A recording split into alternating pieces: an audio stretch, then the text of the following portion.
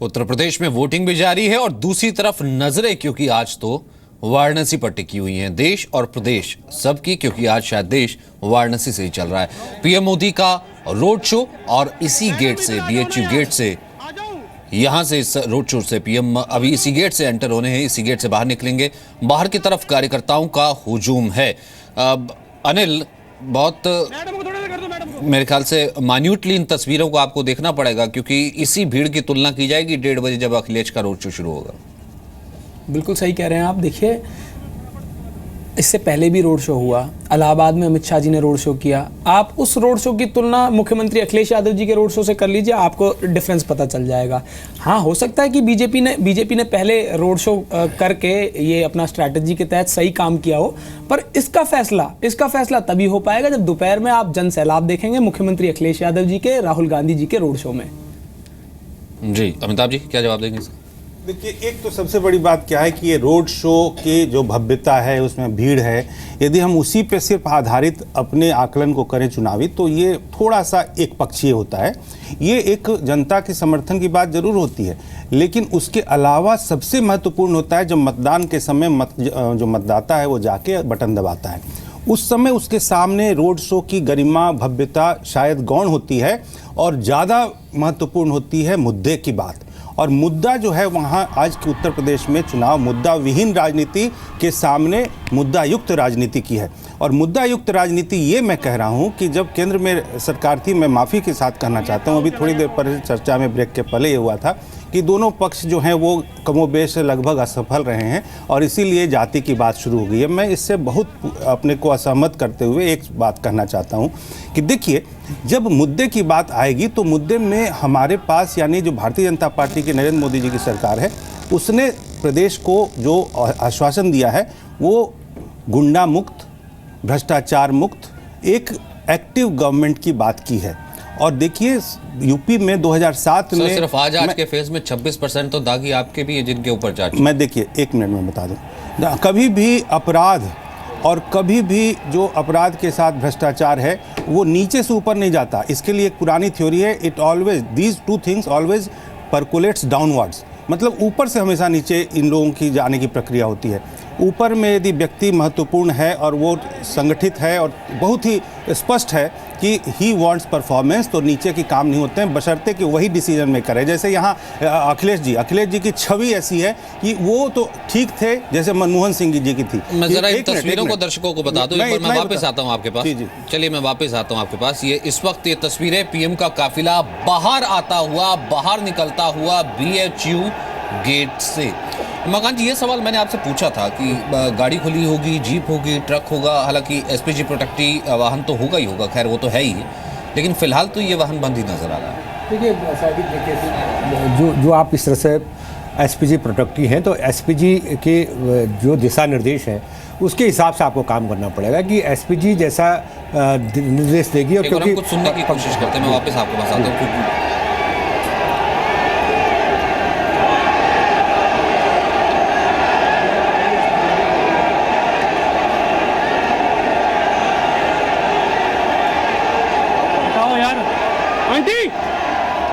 अबे इनको पीछे करो यार।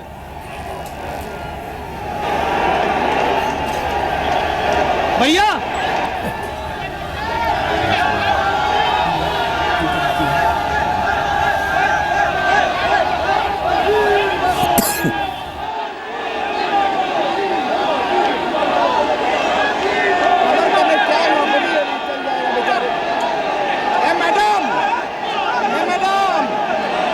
पीछे आ जाओ, यार मिल रहे हैं।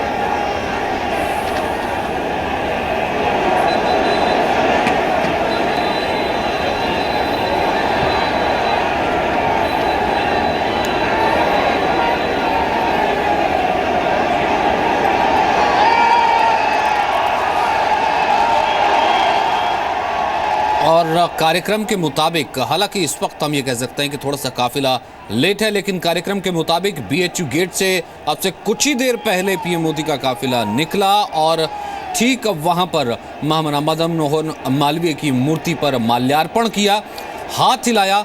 बहुत बड़ी संख्या में राइट और लेफ्ट, दाएं और बाएं दोनों तरफ काफ़ी बड़ी संख्या में लोग नज़र आ रहे हैं। बीजेपी के झंडे मौजूद हैं, बीजेपी की टोपियां मौजूद हैं और यहाँ से ये रोड शो की शुरुआत, हम ये कह सकते हैं कि यहाँ से रोड शो की शुरुआत हुई है।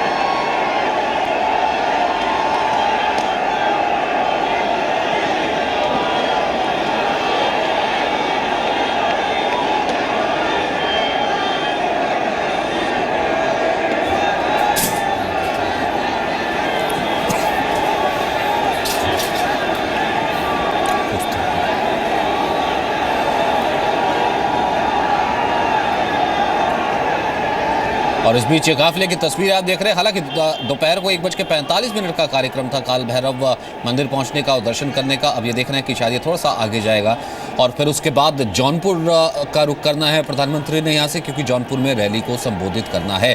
अंतिम चरण के चुनाव के लिए, अंतिम चरण के चुनाव की तैयारियों के लिए रोड शो, और पहली बार ऐसा हो रहा है कि पीएम 3 दिन अपनी कॉन्स्टिट्यूएंसी में, अपने संसदीय क्षेत्र में रुक रहे हैं और दर्जन भर से ज्यादा मंत्री ऑलरेडी यहां पर मौजूद हैं। एक बड़ा काफिला, गाड़ियों का एक बड़ा रेला पीछे की तरफ आता हुआ।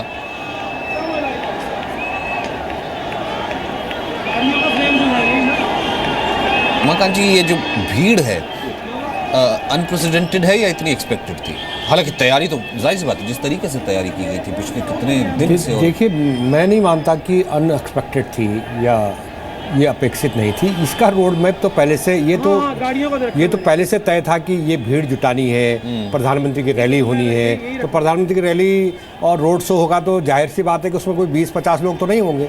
तो उसके लिए ये तैयारियां चल रही थी और प्रधानमंत्री की 3 दिन से वहाँ मौजूदगी और तमाम केंद्रीय मंत्रियों की मौजूदगी, तमाम राज्य सरकार के, दूसरे राज्यों के, RSS के तमाम जो लोग हैं दूसरे राज्यों के, सब कैंप बनारस में, गोरखपुर में कैंप किया हुआ। ये सारी रिपोर्ट से वहाँ से आ रही है, ये नहीं कि मैं यहाँ से कोई बता रहा हूँ। तो ये सारी तैयारियाँ हैं और सबसे बड़ी बीजेपी में चूँकि भीतरघात की बड़ी भारी आशंका है, जिसको लेकर के प्रधानमंत्री को खुद वहाँ मौजूद रह करके जो नाराज़ नेता हैं उन सबको बुला करके उनसे बात करनी पड़ी कि देखिए आपका टिकट इस बार कट गया, अगली बार आपका ध्यान रखेंगे, आपको एडजस्ट करेंगे। ये जो हथकंडे ये जो बड़ी पार्टियों के बीच में होते हैं। तो लेकिन ये जो भीड़ है ये एक पहले से तैयारी थी इसकी, ये जुटाई, लोगों को जुटाया गया है कि अपने आप लोग आ गए, ऐसा भी बिल्कुल नहीं है। अमिताभ जी, आप मुझे मालूम है कि इस भीड़ को देखकर आप भी काफ़ी उत्साहित और ये मुस्कुराहट बता रही कि आप भी इस पर रिएक्शन देना चाहते हैं। मुझे एक बार वाराणसी का रुख करना पड़ेगा, फिर मैं आपके पास आता हूँ। विशाल हमारे साथ मौजूद है। विशाल, अब हम ये तस्वीरें देख पा रहे हैं, हालांकि पहले ओपन गाड़ी में नहीं थे पीएम मोदी, लेकिन इस वक्त हाथ हिला रहे हैं, वेव कर रहे हैं और शायद जहां तक नजर जा रही है लोग ही नजर आ रहे हैं। बिल्कुल, इस वक्त एक खुली गाड़ी में ही प्रधानमंत्री नरेंद्र मोदी लोगों का अभिवादन स्वीकार कर रहे हैं। इनका रोड शो शुरू हो गया है। मैं देख पा रहा हूँ कि प्रधानमंत्री के जहां जहां से वो गुजर रहे हैं छतों पर लोग खड़े हुए हैं, जिसके तरफ दोनों तरफ सड़क के जो मोदी को देखने वाले लोग आए हैं वो यहाँ पर मौजूद हैं और धीरे धीरे आगे बढ़ता जा रहा है उनका काफिला। लगभग यहाँ से अगर हम बात करें तो ये काशी विश्वनाथ मंदिर की दूरी 3.5 से 4 किलोमीटर की है और ये वहां तक लोगों का अभिवादन स्वीकार करते हुए जा रहे हैं। बीच बीच रास्ते में हम देख पा रहे हैं कि यहाँ पर बैलून लगाए गए हैं भगवा कलर के, और इसके साथ ही यहाँ पर नारे भी हम सुन पा रहे हैं कि मोदी हर हर मोदी, जो पुराना नारा 2014 के चुनाव में हमें बनारस में सुनने को मिला था, एक बार फिर से वही नारा 2017 के विधानसभा चुनाव में यहाँ पर जब नरेंद्र मोदी अभी रोड शो कर रहे हैं उस वक्त देखने को मिल रहा है, सुनने को मिल रहा है। तो कुल मिलाकर बीजेपी प्रधानमंत्री के जरिए यहाँ पर अपना जो बैकलॉग है उसको क्लियर करना चाहती है। सच जी बिल्कुल, और ये साफ नज़र भी आ रहा है, और मैंने इसका जिक्र पहले भी किया था। ये तस्वीरें कहीं ना कहीं याद दिला रही, जब जीत के बाद पीएम मोदी यहाँ पर पहुंचे थे वाराणसी, और उसके बाद कुछ इसी तरीके का रोड शो निकला था जब काशी विश्वनाथ के दर्शन के लिए वो पहुंचे और रास्ते पर उस तरीके का हुजूम मौजूद था। जी अमिताभ जी। मैं सिर्फ अभी लखेरा जी ने जो कहा कि ये प्रत्याशित अप्रत्याशित की बात उन्होंने की, और साथ में उन्होंने कहा कि ये भीड़ चूँकि प्रधानमंत्री की रैली थी और उसमें ये जुटाई गई भीड़ है, मैं इससे असहमति व्यक्त करता हूं कि देखिए, यदि भीड़ जुटाने की क्षमता तो चूँकि यदि आपके हिसाब से प्रधानमंत्री और उसके दल को होती है, तो ये किसी भी प्रधानमंत्री के इस रोड शो में इतना ही, जिसको बोलते हैं विशाल जनसैलाब, मैं तो इसके लिए एक ही शब्द का प्रयोग करना चाहूँगा कि ये विशाल जनसैलाब है। और ये प्रत्याशित अप्रत्याशित यानी एक्सपेक्टेड और अनएक्सपेक्टेड, ये तो माइंडसेट है, अपनी अपनी मानसिकता है कि कोई क्या समझता है क्या नहीं समझता है। ये जन सैलाब जो है वो जन भावना का प्रतिनिधित्व करता है, वरना क्या डॉक्टर मनमोहन सिंह 10 साल प्रधानमंत्री रहे, क्या एक रोड शो वो ऐसा निकाल पाते? मैं आपको इतना कहना चाहता हूं कि आज भी जब युवराज यानी कि कांग्रेस के श्री राहुल गांधी जी और जो मुख्यमंत्री हैं अखिलेश जी, आप अभी कुछ घंटे के बाद देख लीजिएगा कि यदि ऐसी ही स्थिति थी तो प्रदेश सरकार की भी पूरी क्षमता लगी होगी, क्या वो इससे तुलनात्मक रूप से क्या ज़्यादा थी या जो थी। लेकिन मैं अभी अंत में मैं इतना ही कहना चाहता हूँ, बस एक चीज़ कि देखिए, ये जो जनसैलाब है, जनभावना है, मैं इस बात को मानता हूं, लेकिन फिर भी मैं यहाँ ये इतना जरूर बताना चाहता हूं कि इससे ज़्यादा महत्वपूर्ण होता है जब मुद्दे की बात लेके मतदाता जब बूथ पे जाता है, और जब गायत्री प्रजापति के नाम जैसे जिसके ऊपर में बलात्कार की घटना है, जिसके ऊपर में दिल्ली में वहाँ की डीएसपी आके और धमकाती है कि तुम्हारे ऊपर में फर्जी एनकाउंटर हो जाएगा। मैं आ रहा हूँ क्योंकि आपके साथी जो है ना, उन विषयों पे वोटर तय करेगा। ये राजनीतिक कमेंट है। आपके साथी जो थे हमारे सपा वाले, वो फिलहाल उनके पास अभी वक्त नहीं था, तो इस कारण से वो चले गए, इसलिए आपको कोई काउंटर नहीं कर पाएगा, तो दर्शक नहीं तो क्या फिर मेरी तो उपयोगी उपादेयता नहीं है, फिर मैं भी जाता हूं। दर्शक समझेगा कि ऐसा नहीं कि वन वे ट्रैफिक हो, इस कारण से मुझे बताया कि मुझे क्या कहना चाहिए। नहीं, इस कारण से मैंने आपसे तभी लिए पूछा कि आपने भीड़ पर अपना ये जो बात रखी, वो बात तो ये तो मैं मुद्दे की बात कर रहा हूँ ना, फिर ठीक है, ये जनसैलाब जो है वो तो जन समर्थन और जनभावना है, लेकिन मुद्दा जो होगा वो यही होगा, गायत्री प्रजापति होगा, उसके साथ वहाँ पर गुंडाराज होगा। एक बार मैं विशाल के पास चलता हूँ, मेरे सहयोगी मौजूद हैं। विशाल, इस वक्त कहाँ पहुंचा है जनसैलाब? विशाल,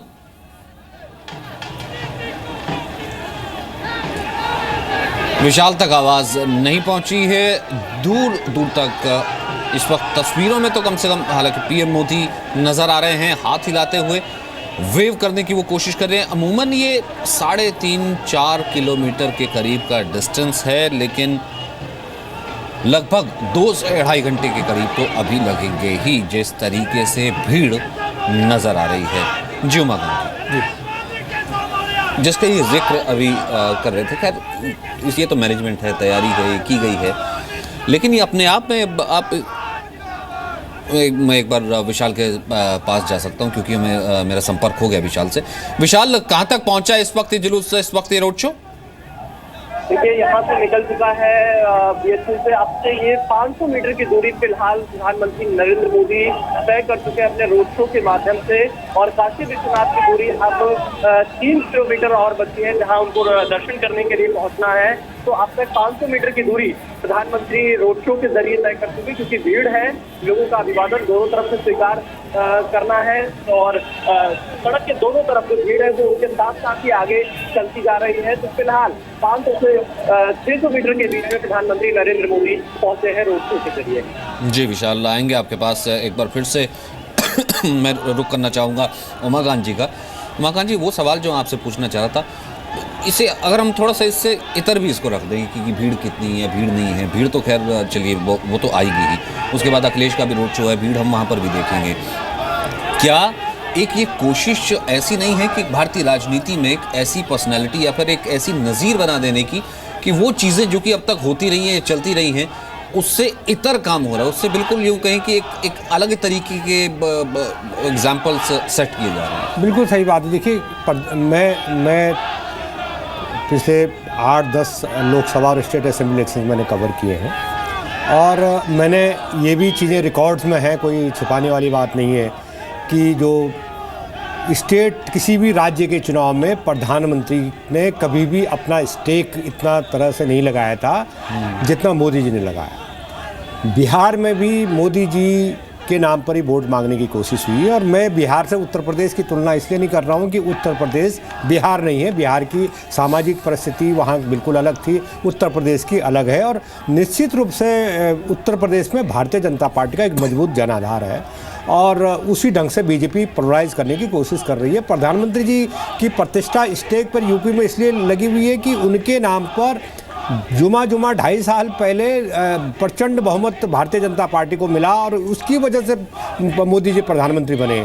अगर मोदी जी का ग्राफ नीचे जाता है उत्तर प्रदेश में, तो सीधा सा हिसाब किताब किसी और बीजेपी के कलराज मिश्र से, राजनाथ सिंह से, लालजी टंडन से, मौर्य जी से, कुशवाहा जी से, किसी से नहीं लिया जाएगा। इसका हिसाब किताब भी मोदी जी से ही लोग लेंगे। तो समस्या ये है सारी कि देखिए, ये कहना, ये बात करना कि ये भीड़ अपने आप आई, मैं बिल्कुल इसको मानता नहीं हूँ। लेकिन कुछ लोग अपने आप आए होंगे, लेकिन बहुत दिनों से। हाँ, लेकिन दूसरा ये भी है कि देखिए, इसमें ये भी है कि माइनस बीजेपी, हम मोदी जी को यूपी में, जैसे मैंने पहले भी कहा कि मोदी जी को अगर आप बाहर कर दें, मोदी जी को माइनस कर दें यूपी की पॉलिटिक्स से, तो बीजेपी जीरो है। ये हालत आज की तारीख में उत्तर प्रदेश की हो गई है, और बीजेपी फाइटिंग स्पिरिट में कहीं नहीं थी आज से 5 साल पहले। आज मोदी जी ने पूरे इलेक्शन को अपने इर्द गिर्द केंद्रित करके बीजेपी को एक फाइटिंग स्पिरिट में पेश कर दिया, और चैलेंजेस अपने आप में फ्रंट, और शायद मेरे ख्याल से ग्रास रूट से उठा हुआ नेता, जी शायद यही हो सकता है। और ये उन्हीं की काबिलियत थी, ये उन्हीं, क्योंकि वो देखिए, वो जहां मुद्दा नहीं है उसको, जैसे मैंने पहले बातचीत में आपको बताया था कि पत्थर से पानी कैसे निकाला जाता है राजनीति में, ये मोदी जी इन सारे टोटकों को, हथकंडों को, चीज़ों को अच्छी तरह समझते हैं। और जहां मुद्दा नहीं होता, मैंने पहले भी कहा था कि उन्होंने मुद्दों को, वो उनकी एक खासियत है कि वो मुद्दे क्रिएट करके दूसरे लोगों को उसमें उलझाते हैं। और आज पिछले 1 महीने से हो यही रहा है कि मोदी जी एजेंडा सेट कर रहे हैं, बाकी लोगों को उसमें उलझ रहे हैं, वो बयानबाजी करके बचाव की मुद्रा में। लेकिन इसमें एक जो सबसे महत्वपूर्ण बात यह है कि सवाल यह है कि क्या प्रधानमंत्री जी का, जैसे कि आपने सवाल भी पूछा था कि क्या प्रधानमंत्री जी का इस तरह से स्टेट इलेक्शंस में जाना, मुझे लग रहा है कि ये एक खतरनाक सिचुएशन है कि प्रधानमंत्री जी एक राज्य के गली गली में वोट मांग रहे हैं प्रधानमंत्री को विदेश नीतियों के सवाल पर। लेकिन वही वाली बात, लेकिन बीजेपी के बाद मैंने बोला कोई विकल्प नहीं है, इग्नोर भी नहीं कर सकते आप। ये बीजेपी के पास कोई इश्यू नहीं है। नहीं, वही कह रहे हैं ना कि कॉन्स्टिट्यूएंसी अगर एक सांसद की है, नहीं, उसके अलावा भी तो उसका एक विवेक है जी। नहीं, बिल्कुल नहीं। देखिए, भारतीय जो चुनाव व्यवस्था है वो अपने आप से खामी से युक्त है, कमियां हैं उसमें, और इसीलिए चुनाव सुधार की भी बात हो रही है कि विधानसभा और केंद्र के सभी जो चुनाव हैं वो साथ हों, क्योंकि ये बिना वजह का एक ऐसा स्ट्रक्चर खड़ा होता है जिसमें राज्य की सरकारें और केंद्र की सरकारों में एक तालमेल नहीं होता। और इसीलिए यदि प्रधानमंत्री अपना स्टेक लगाता है राज्य के चुनाव में, तो ये बहुत ही एक आदर्श स्थिति है। और इसमें आमतौर पर यदि प्रधानमंत्री लोग, पहले तो स्थिति ये थी जबकि 10th शेड्यूल का, यानी कि जो दल बदल कानून नहीं बना था उस समय के पहले, और जब बोमई केस के पहले जो सुप्रीम कोर्ट का आया उसके पहले तक, तो प्रधानमंत्री क्या करते थे, जो इंदिरा जी के समय में बहुत ही ज़्यादा वो प्रिविलेंट था कि वो राज्य सरकारों को बर्खास्त करती थी और नए चुनाव करा देती थी। लेकिन अब चूंकि वो स्थितियां भी नहीं है, और ना ही मोदी जी की यह सरकार, जब मोदी जी इस मानसिकता के हैं, इसीलिए वो राज्य सरकारों को भी अपने हिसाब से पूरा स्टेक लगा के, यदि वो चाहें तो न लगाएं, उनके पास तो 5 साल का समय है, वो स्टेक पे इसलिए लगाना चाहते हैं क्योंकि वो वाकई में सर्वांगीण विकास पूरे देश का करना चाहते हैं। और इसीलिए इस तरह की बात करना, और इन्होंने एक और कहा कि ये जो टोटके, मैं इस पे भी जवाब देना, क्योंकि प्रधानमंत्री के बारे में ऐसे शब्दावली बहुत वरिष्ठ हैं।